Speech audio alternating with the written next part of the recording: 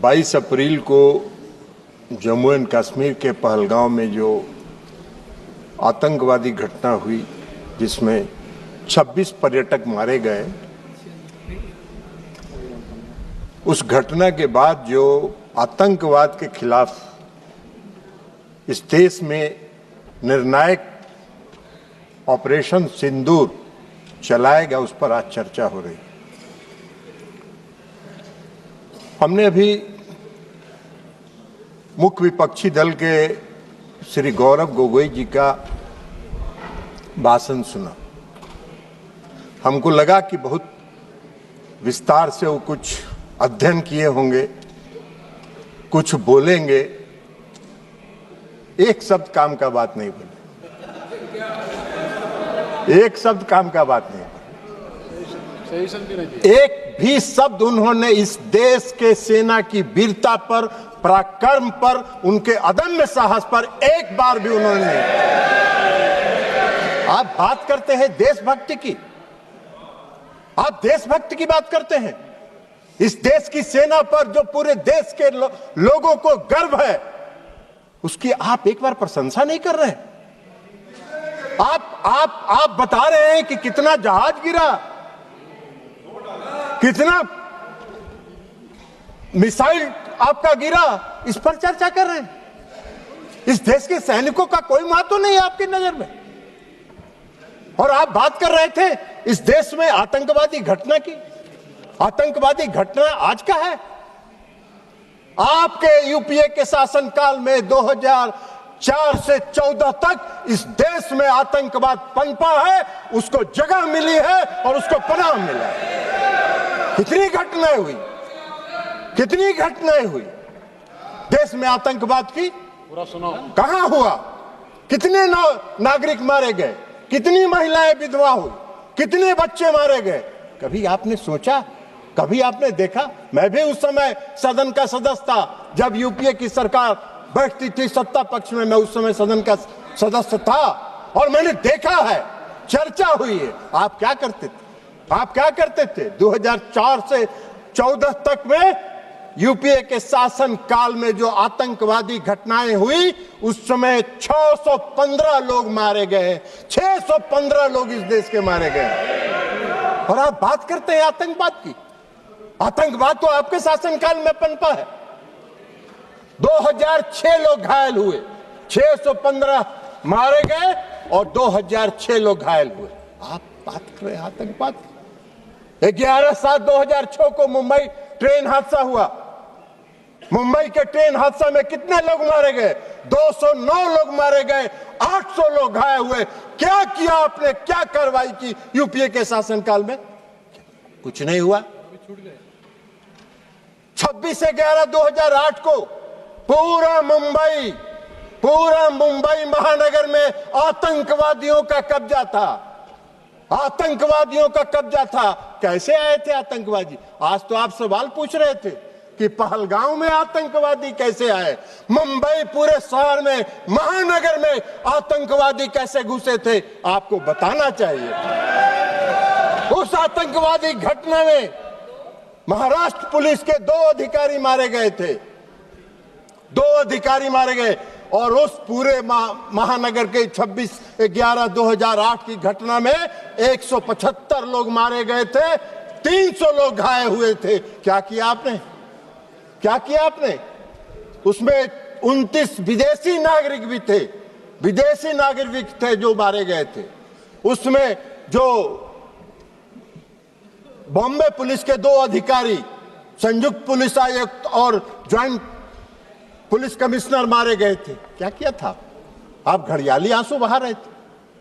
सदन में चर्चा किया आपने, और सदन में चर्चा करके घड़ियाली आंसू बहा के और उस समय के गृह मंत्री को विदा करके नए गृह मंत्री को बैठा दिया, मुख्यमंत्री को विदा कर दिए और आतंकवाद को पूरे देश में पनपने के लिए आपने जगह देने का काम किया। यही तो काम कर रहे थे आप। आतंकवादी की बात कर रहे हैं। आपको आतंकवाद के खिलाफ आतंकवाद के खिलाफ लड़ाई लड़ने की का न साहस था यूपीए सरकार को और न उसमें दम था कि वो आतंकवाद के खिलाफ लड़ाई लड़ते। खाना पूरी करते थे, घड़ियाली आंसू बहाने का काम करते थे। हाँ,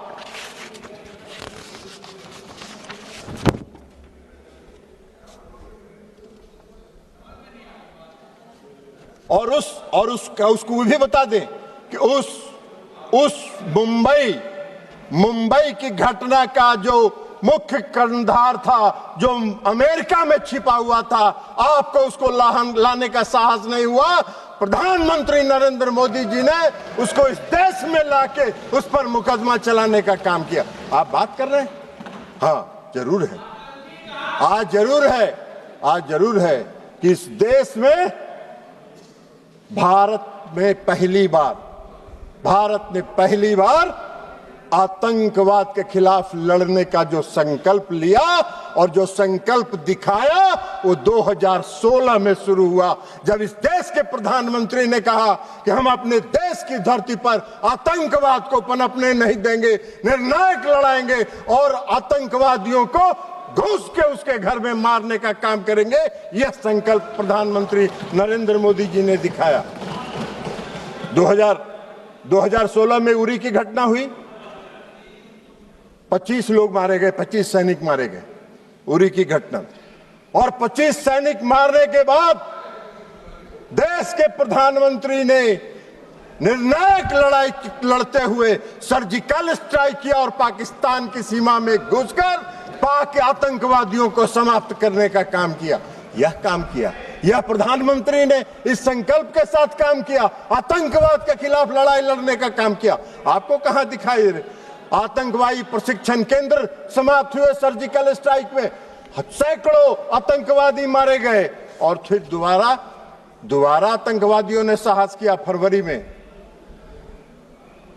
14 फरवरी 2019 को पुलवामा में आतंकवादी घटना हुई और पुलवामा में सीआरपीएफ के गाड़ी पर आत्मघाती हमला हुआ और उस आत्मघाती हमले के बाद आदरणीय प्रधानमंत्री नरेंद्र मोदी जी के नेतृत्व वाली सरकार ने अपने संकल्प को फिर दोहराया और एयर स्ट्राइक करके पूरे प्रशिक्षण केंद्रों को तबाह किया। जैसे मोहम्मद के लश्करे के सारे प्रशिक्षण केंद्रों को तबाह करने का काम किया। आप मोदी जी को सिखा रहे हैं आतंकवाद के खिलाफ लड़ाई लड़ने का। आप तो आतंकवाद के खिलाफ क्या लड़ाई लड़े थे? इतना दिन देश में शासन किए, आजादी के बाद से तो सबसे ज्यादा शासन आप ही लोगों ने किया है। तो आपको बताना चाहिए था कि हमने ये काम किया था। आप तो कुछ किए नहीं, तो 0 सन्नाटा है। तो 0 सन्नाटा में क्या कहिएगा? तो खोज रहे हैं। अभी बोल रहे थे पहलगांव में आतंकवादी किन उद्देश्यों के साथ आया, उसका भी व्याख्यान आप ही कर रहे थे कि इन उद्देश्यों के साथ पहलगाम में आतंकवादी घुसे थे। आपसे पूछ के घुसे थे क्या वो लोग? आपको कैसे जानकारी है कि वो किस उद्देश्य के साथ लेके घूमे? अरे ऐसा बात मत करिए। कम से कम देश की एकता और अखंडता के साथ मजाक मत करिए। देश की एकता और अखंडता के साथ देश की सरकार के साथ खड़ा रहने का काम कीजिए, नहीं तो कोई नहीं। विश्वसनीयता तो प्रतिदिन समाप्त हो ही रही है, आने वाले समय में कोई पूछेगा भी नहीं, यह भी जान लीजिए। तो इसलिए एयर स्ट्राइक किया प्रधानमंत्री जी ने। पुलवामा की घटना के बाद 26 अप्रैल को बालकोट में घुस के एयर स्ट्राइक करके आतंकवादियों के प्रशिक्षण केंद्र को समाप्त करने का काम किया। ये प्रधानमंत्री का संकल्प था, ये मोदी जी का संकल्प था। यूपीए के किसी सरकार के प्रधानमंत्री ने यह संकल्प नहीं लिया था। यह काम मोदी जी ही कर सकते हैं, दूसरा कोई नहीं कर सकता है। और अब ऑपरेशन सिंदूर पर आइए। 22 अप्रैल को पहलगाम में घटना हुई और 22 अप्रैल को पहलगाम में जब घटना हुई तो अरे जाओ ना यार, वहां वोटर बड़ा जाली बनवाए, वो उधर जाके देखो।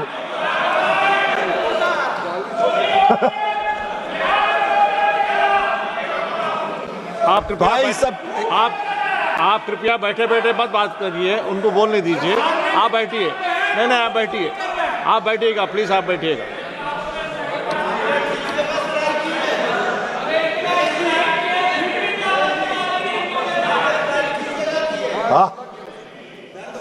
उनको हो नस पकड़ा गया है, असली नस पकड़ा गया। इलाज भी, और अगर देखिए आपको एक चीज बता देते हैं, अगर असली बीमारी पकड़ा जाता है तो उसका इलाज भी परफेक्ट होता है। डायग्नोसिस अगर सही हुआ तो ट्रीटमेंट, डायग्नोसिस अगर डायग्नोसिस सही हुआ तो ट्रीटमेंट भी पक्का होगा। आपकी बीमारी समाप्त हो जाएगी, चिंता मत करिए। आप बैठिएगा। आप नहीं, जब भी बोलेंगे, आप जब मौका देंगे तभी बोलेंगे। और सभापति महोदय, प्लीज एड्रेस द चेयर। सभापति महोदय, 22 अप्रैल को पहलगांव में घटना हुई। हमारे पूरे देश के पर्यटक वहां गए थे, घूमने गए थे, परिवार के साथ गए थे, छुट्टियां मना रहे थे, और आतंकवादियों ने हमला किया। 26 लोग मारे गए, 26 लोग मारे गए।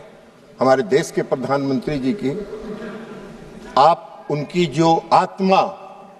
उनकी आत्मा जो इस देश में बसती है, इसको महसूस करना चाहिए। वो यात्रा स्थगित करके, विदेश की यात्रा स्थगित करके देश में तत्काल वापस आने का काम उन्होंने किया। और इसलिए कि उनको दर्द था इस बात का। सुन लीजिए ना यार, बैठिए ना, प्रवचन मत दो ना यार, तमाशा कर रहे हो।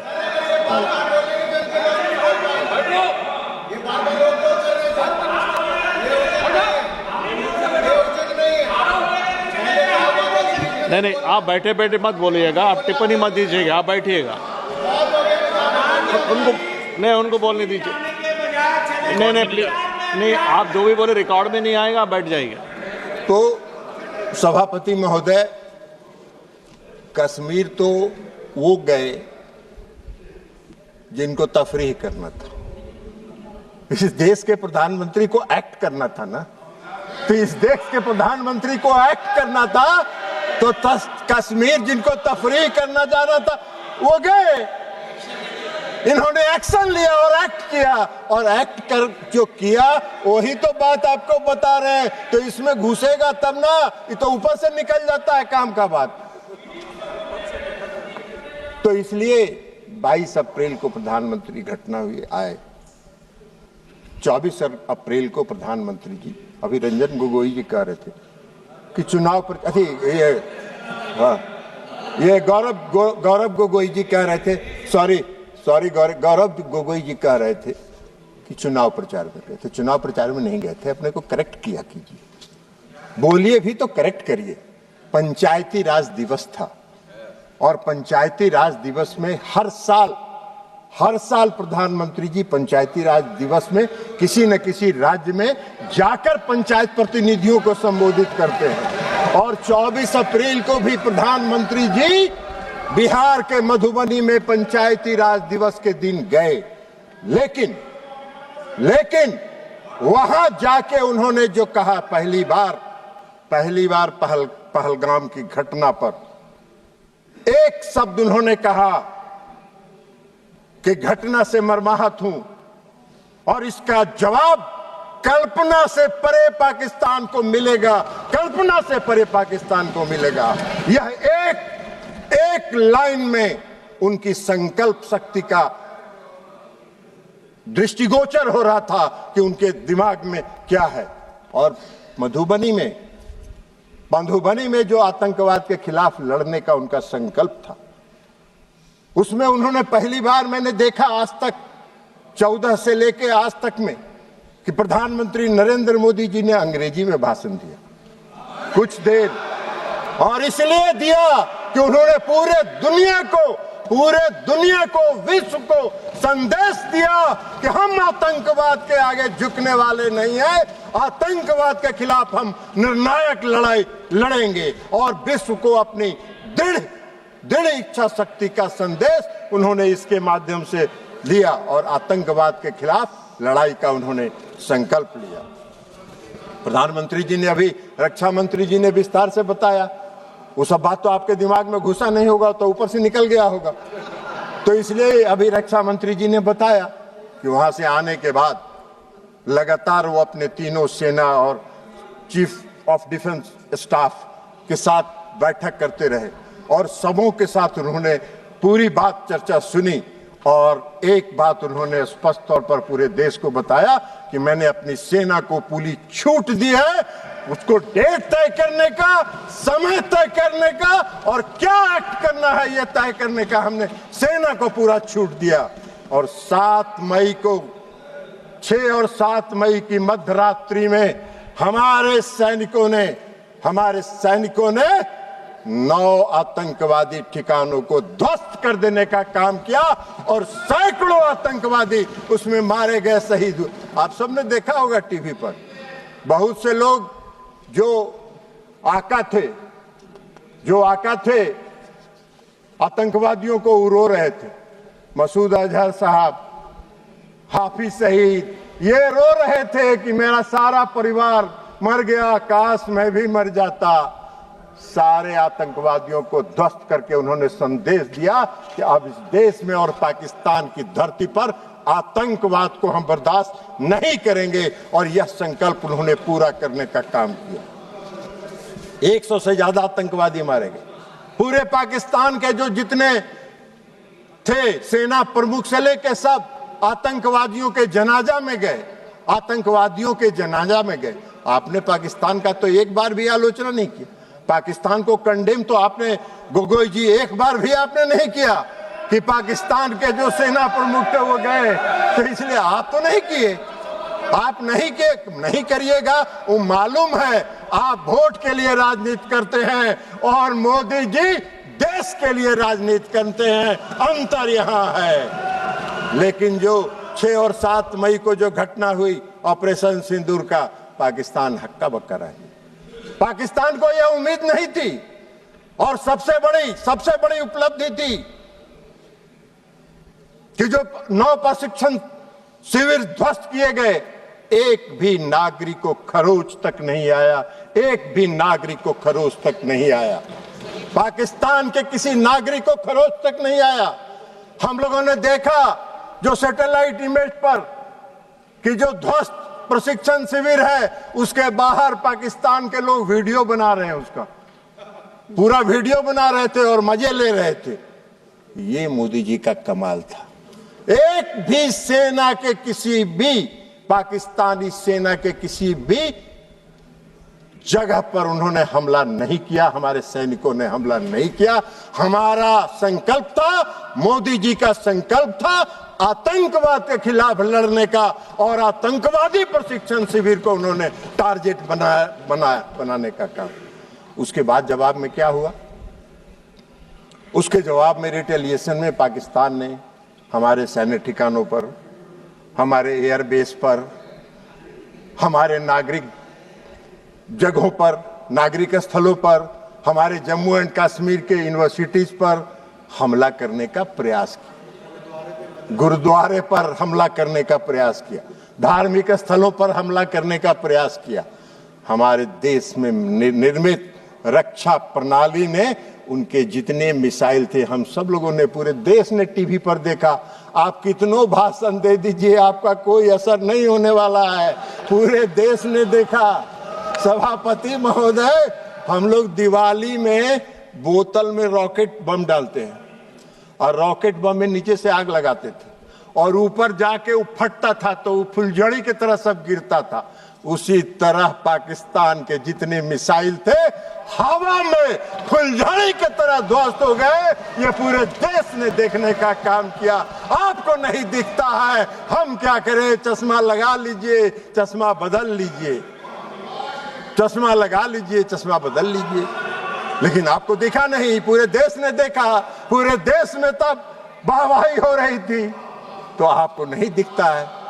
फुलझड़ी की तरह उड़ गया, कहीं कुछ नहीं, कोई नुकसान नहीं हुआ। पूछ रहे थे गृह रक्षा मंत्री, अरे रक्षा मंत्री जी का पूरा भाषण आप अगर ध्यान से सुनते तो रक्षा मंत्री जी ने बताया कि हमारा कोई हानि नहीं हुआ, हमारा कोई जहाज नहीं गिरा।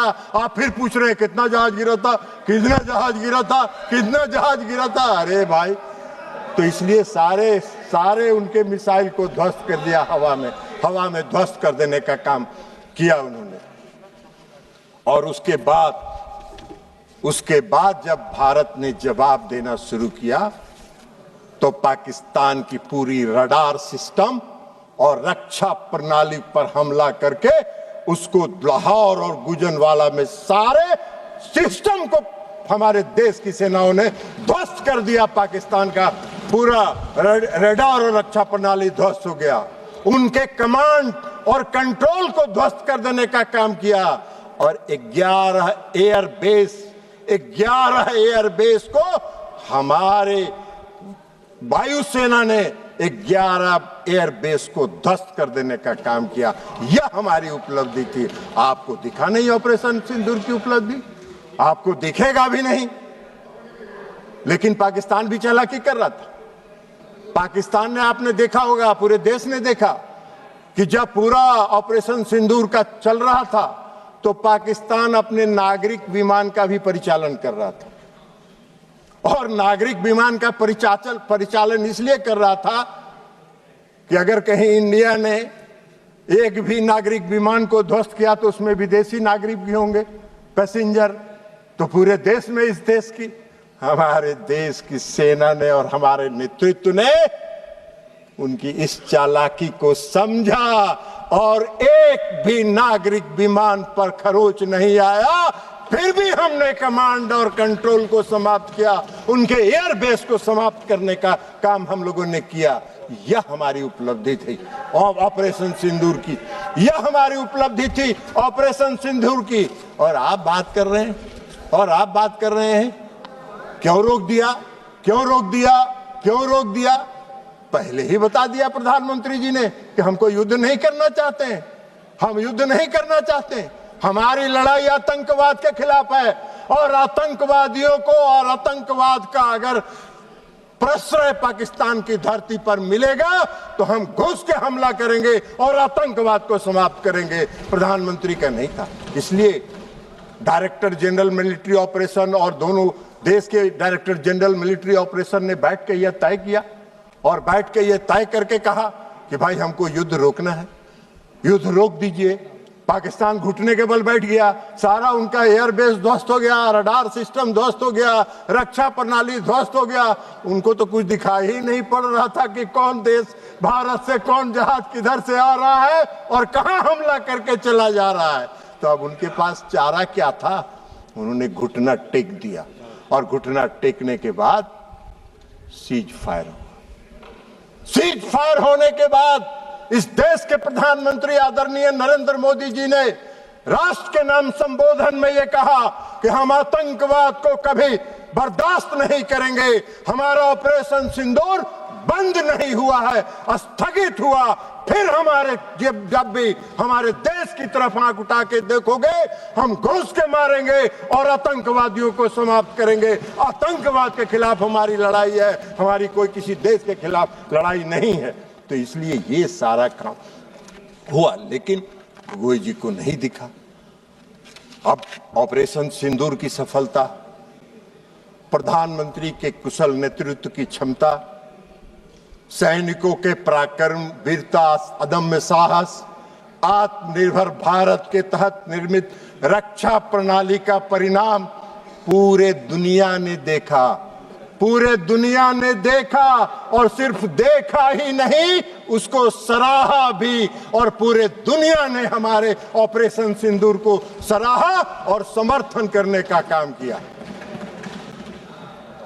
विश्व ऑपरेशन सिंदूर ने पूरे विश्व के सामने एक संदेश दिया, पूरे विश्व के सामने एक संदेश दिया ऑपरेशन सिंदूर ने कि भारत एक सशक्त देश है जो अपनी रक्षा करने में सक्षम है और अपनी देश की रक्षा करने के लिए वो पूरी तरह स्वतंत्र है।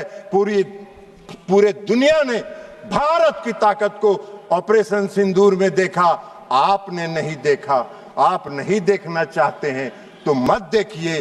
पूरे देश ने देखा है, पूरे दुनिया ने देखा है, पूरे दुनिया ने उसको सराहने का काम किया है। तो इसलिए अब आप बार बार कहते हैं कि भाई अमेरिका के राष्ट्रपति की बात, तो ये माननीय विदेश मंत्री जी यहां बैठे हुए हैं, इन्होंने प्रेस कॉन्फ्रेंस करके बता दिया, प्रेस कॉन्फ्रेंस करके बता दिया, प्रेस कॉन्फ्रेंस करके कह दिया कि कोई नहीं हुआ। पूरे देश ने देखा कि ब्रिक्स सम्मेलन में जो आदरणीय प्रधानमंत्री जी कनाडा गए थे, उन्होंने अमेरिकी राष्ट्रपति से जब बात की, उसको उन्होंने क्लेरिफाई कर दिया, यह भी पूरे देश में छपा, उसके बाद भी आपको नहीं है, तो आपका तो दूसरा है। पूरे देश ने जो देखा, लेकिन आप दुर्भाग्य है इस देश का, इस देश की विपक्षी पार्टियों को प्रधानमंत्री और ऑपरेशन सिंदूर की सफलता दिखाई नहीं पड़ती है, जिसको पूरे दुनिया ने देखा और विश्व में देखने का काम किया।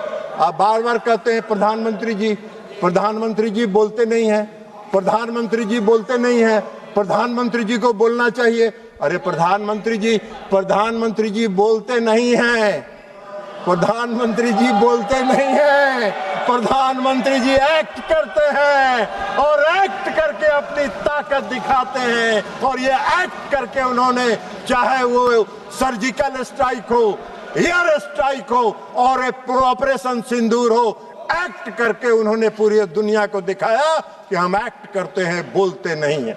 ये आपका काम है, आपका काम है। इसलिए सभापति महोदय जी कि इनके जो विपक्षी पार्टियां हैं और खास करके जो मुख्य विपक्षी पार्टी है, उसका आदर्श गॉवेल्स के बारे में नहीं जानते हैं? गॉवेल्स जो जर्मनी के एक कहावत है, और गॉवेल्स का कहावत भी पढ़ के आपको सुना देते हैं सभापति महोदय। नहीं, गॉवेल्स का जो थ्योरी है, एक झूठ को बार बार बोलने से वह सच हो जाता है। यह एक प्रसिद्ध कहावत है, सुन लीजिए, लेकिन यह सच नहीं है। यह विचार जिसे गोवल की राजनीति या बड़ा झूठ कहा जाता है, ना जी प्रचार मंत्री जो उस पर विश्वास करें, यह ध्यान रखना महत्वपूर्ण है। यह ध्यान रखना महत्वपूर्ण है कि यह एक दुष्प्रचार रणनीति है, न कि सच्चाई। झूठ चाहे कितनी बार दोहरा जाए, सच नहीं बन जाता। आप बार बार दोहराते हैं। अमेरिका के राष्ट्रपति के दबाव में इन्होंने बंद किया, अमेरिका के राष्ट्रपति के दबाव में बंद किया। क्यों बंद किया? ये बार बार झूठ आपके बोलने से सच नहीं होगा। सच यही है कि भारत किसी के दबाव में नहीं आता है। भारत अपना निर्णय स्वयं करता है और भारत उसमें सक्षम है अपना निर्णय स्वयं करने में। तो इसलिए सभापति